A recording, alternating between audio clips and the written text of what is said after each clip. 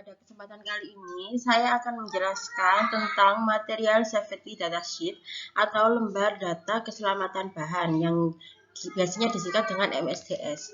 Jadi saat kita bekerja di laboratorium kimia, dalam laboratorium kimia kita pasti bekerja dengan bahan-bahan kimia, dan bahan-bahan kimia ini memiliki sifat fisik, sifat kimia, dan bahaya yang berbeda-beda. Oleh karena itu, masing-masing bahan ini selalu ada lampiran tentang lembar data keselamatan bahan. Jadi, pengertiannya, lembar data keselamatan bahan ini atau MSDS adalah dokumen tentang satu bahan kimia yang harus ada pada institusi yang membuat, menyimpan, atau menggunakannya, yang memberikan informasi tentang bahan kimia tersebut. Jadi, misalkan di lab kimia itu ada 10 bahan kimia, berarti laboratorium tersebut harus menyimpan dokumen MSDS ke 10 bahan kimia tersebut. Jadi MSDS ini juga sebagai informasi acuan bagi para pekerja dan supervisor yang menangani langsung dan mengelola bahan kimia berbahaya dalam industri atau lab kimia. Jadi MSDS ini berguna untuk mencegah dan menghindari serta mampu menanggulangi kecelakaan kimia yang mungkin terjadi. Karena masing-masing bahan tadi memiliki bahaya yang berbeda-beda, maka penanganannya juga berbeda, dan penanganan serta bahaya bahan kimia ini ada dalam MSDS. Jadi sebenarnya MSDS ini bukan bertujuan untuk menakut-nakuti, tapi mendorong sikap kehati-hatian dalam menangani bahan kimia yang berbahaya. Oleh karena itu, sebelum kita bekerja dalam laboratorium kimia, pasti ada pengenalan bahan kimia yang terdiri dari MSDS dan simbol-simbol hazard. Itu harus paham terkait kedua hal tersebut.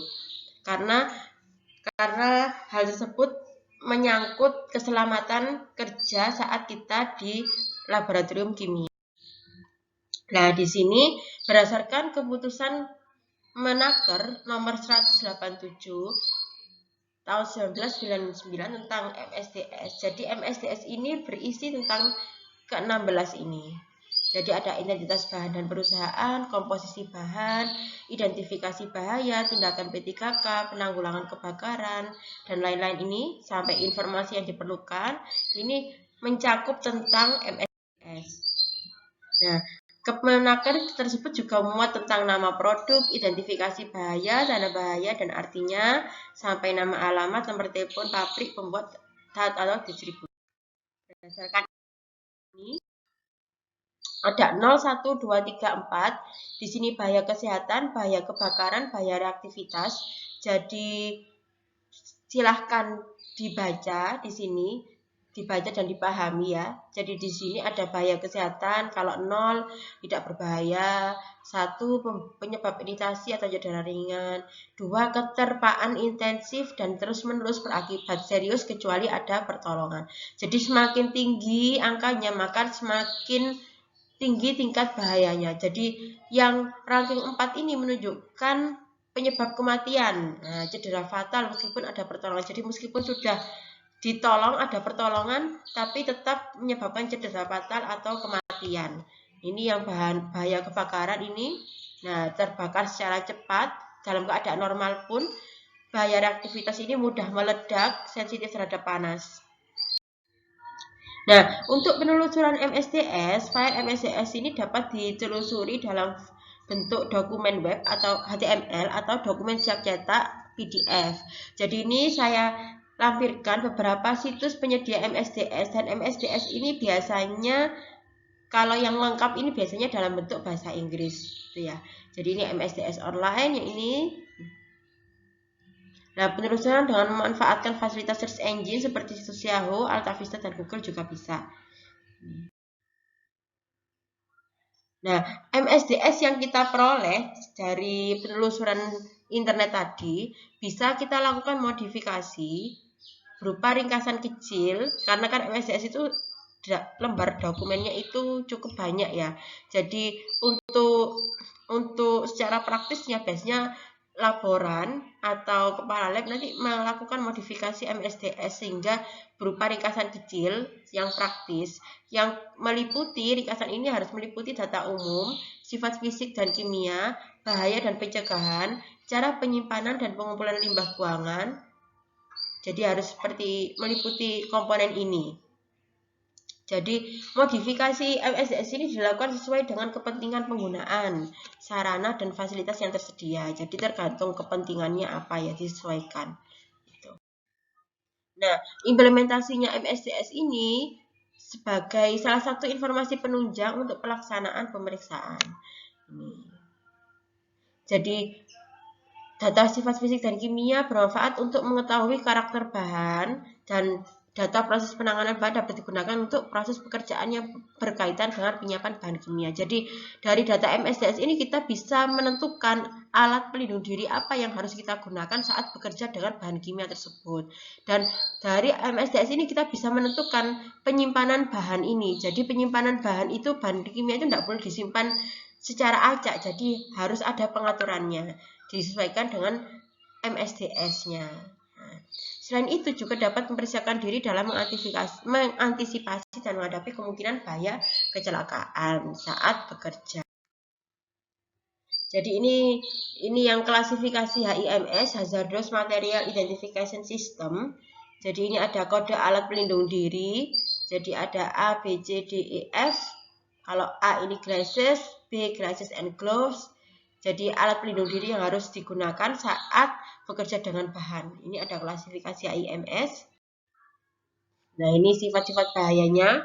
Di sini ada bahaya kesehatan, berarti bahaya kesehatan ini dinyatakan dalam bahaya bisa jangka pendek, akut langsung terlihat saat itu juga, atau jangka panjang. Biasanya ini kalau bahan kimia ini yang tidak kelihatan itu jangka panjang, bahaya jangka panjangnya, karena ketahuannya saat sudah berapa puluh tahun kemudian. Misalkan kalau kita bekerja dengan bahaya yang karsinogenik, bahan yang karsinogenik. Artinya kan bahan itu dapat menyebabkan kanker lah. Pas kita bekerjanya pas saat itu kita tidak terlihat efeknya seperti apa, tapi efek itu akan bahaya kesehatan itu bahaya jangka panjang akan terlihat 10 sampai atau 20 tahun ke depan. Gitu. Kemudian ada NAB, yaitu nilai ambang batas diberikan dalam satuan miligram per meter pangkat 3 atau yang kita sebut dengan ppm, ya, part per million.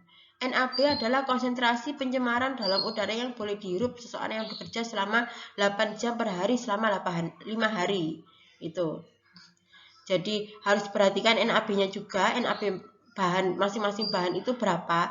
Jadi NAB ini konsentrasi pencemaran dalam udara yang boleh dihirup seseorang yang bekerja selama 8 jam per hari selama 5 hari. Jadi beberapa data yang berkaitan dengan bahaya kesehatan yang diberikan yaitu ada LD50, LC50 dan IDLH. LD50 ini lethal dosis 50, artinya dosis yang berakibat fatal terhadap 50% binatang percobaan mati. Itu nanti ada apa? Kalau ada LD100 artinya dosis yang berakibat fatal terhadap 100% binatang percobaan mati. Jadi 50 itu menunjukkan 50% ya.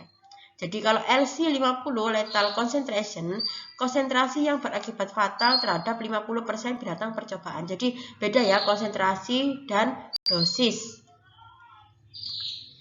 IDLH atau immediately dangerous to life and health, yaitu pemaparan yang berbahaya terhadap kehidupan dan kesehatan. Ya, ini bahaya kebakaran. Jadi kategori bahan mudah terbakar, dapat dibakar. Nah, ini kategorinya ditentukan oleh titik nyala, konsentrasinya, dan titik bakarnya. Jadi titik nyalanya, suhu terendahnya di mana? Suhu terendah di mana saat zat itu dapat dinyalakan, sedangkan titik bakar itu suhu di mana zat terbakar dengan sendirinya.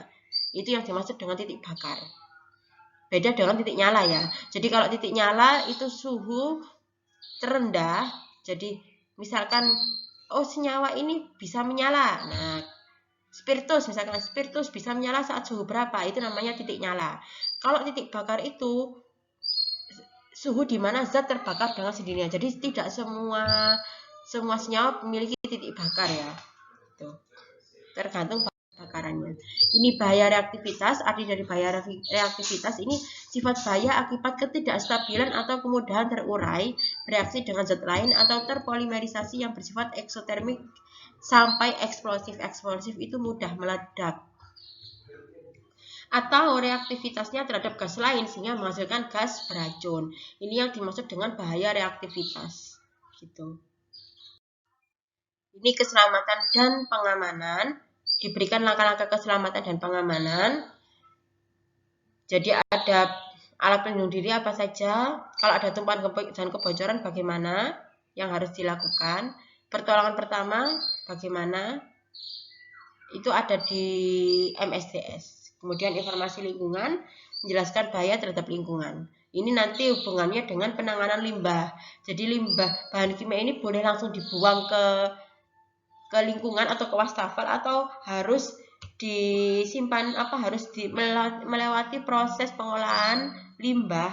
Nah, itu ada informasi di dalam MSDS. Nah, ini klasifikasi lain. Jadi ada selain klasifikasi NFPA dan HIMS, dalam dokumen bahan kimia dipergunakan pula kode resiko dan keselamatan. Jadi R itu risk dan safety sama dengan S. Ini pengkodean resiko ada R1, 2, 3, 4. Jadi R1, 2, 3, 4 sampai 3 ya. Kemudian ini ada S, safety-nya.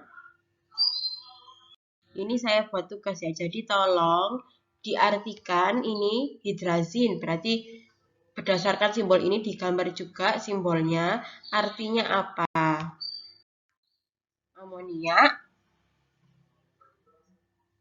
hidrazin,